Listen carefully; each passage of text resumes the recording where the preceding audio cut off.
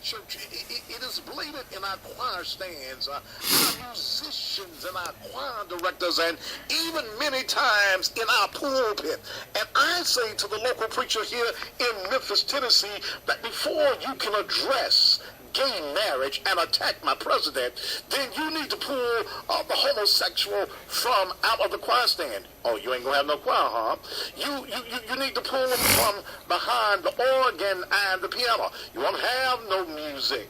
Sometimes, like here in Memphis, you even got to go to the pulpit and get the homosexual preacher. We got a church here in Memphis. It's called Christ Baptist Church, and it's full of lesbians.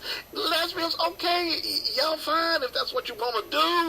You even got your rainbow in the church. But before the church can attack my president, it needs to attack itself.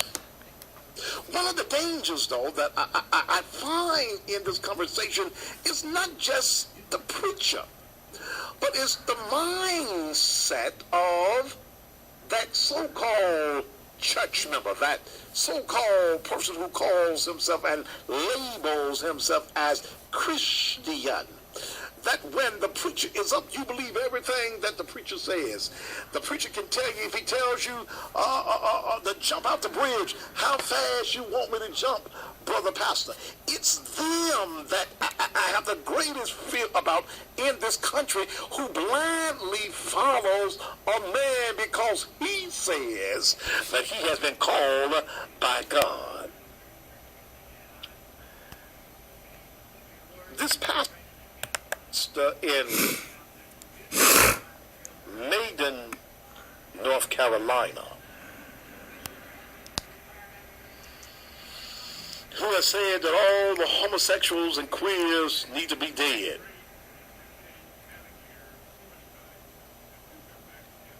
That's what he said.